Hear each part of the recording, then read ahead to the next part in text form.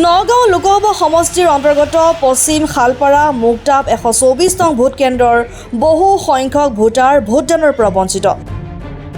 দিনটোত শাৰী পাতি থিয় হৈ ভাগৰুৱা হোৱাত খন্তেক সময় বাহিৰলৈ ওলোৱাৰ বাবেই বঞ্চিত হয় বহু সংখ্যক ভোটাৰ।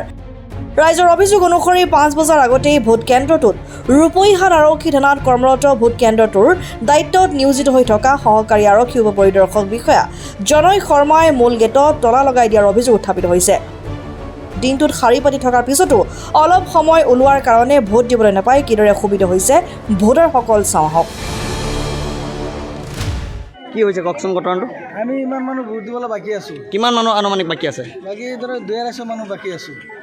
এই ভোট এতিয়া আমাৰ ভোট দিবলৈ আহিছো, 4:30 বজাত গেট বন্ধ কৰি দিছে। কেইটা বজাত? 4:30 বজাত। তাৰপিছত ৰাজীৱ শইকীয়া নামৰ মানুহজন, মানে আৰক্ষী বিষয়াজন ৰাজীৱ শইকীয়া মানুহজন সোমাব দিয়া নাই, বন্ধ কৰিছে গেটটো। সেই কি সেই পুলিচৰ মানুহ? পুলিচৰ মানুহ। সেই কি কৈছে? এতিয়া সোমাব দিয়া নাই, গেট তলা লগাই দিছে। এতিয়া আমাৰ 250 মানুহ আছে, মাইকী মানুহ লৈ আমিতো ভোট দিবলৈ আহিছোঁ। এতিয়া ভোট কি কৰিম? এনেই প্ৰিচাইডিং অফিচাৰে সোমাবলৈ কুপন দিবলৈ চেষ্টা কৰিছিলে, চেষ্টা কৰি আছে। কিন্তু ৰাজীৱ শইকীয়া নামৰ যোনজন বিষয়া আছে সি সোমাবলৈ দিয়া নাই। ৰাজীৱ শইকীয়া নামৰ সি কি কয়? ৰাজীৱ শইকীয়াই কি কয়? নাই, এতিয়া নহ'ব আৰু। ৰাজীৱ শইকীয়া নহ'ব বুলি কয়। আমি গোটেই দিন বহি আছো, গোটেই দিন। এতিয়া আপোনালোকে কি ক'ব, যিহেতু আপোনালোকে সময়মতে আহিছিল নে নাহিছিলে? সময়মতে আহিছোঁ। ইমান মানুহ ভিৰ হৈছে, আমি ভোট দিবলৈ পোৱা নাই, জাগা পোৱা নাই, যাব পোৱা নাই। ইমান লেজি ভোট হৈছে, লেজি কৰি ভোট লৈছে। তাত এতিয়া 250 ভোট দিবলৈ পোৱা নাই। বেলেগ বেলেগ কেন্দ্ৰত 12টা বজাতে হৈ গ'ল।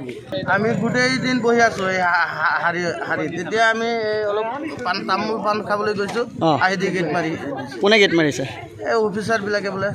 এতিয়া কি কয়, আপোনালোক কুপন বিচৰা নাছিল?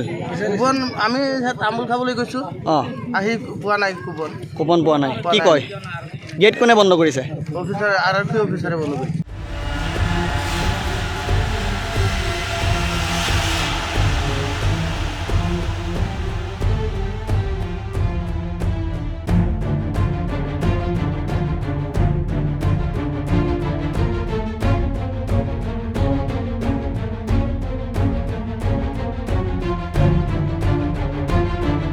নগাঁৱৰ পৰা বিভূতি বৰা ৰিপৰ্ট, ডেমক্ৰেটিক আছাম।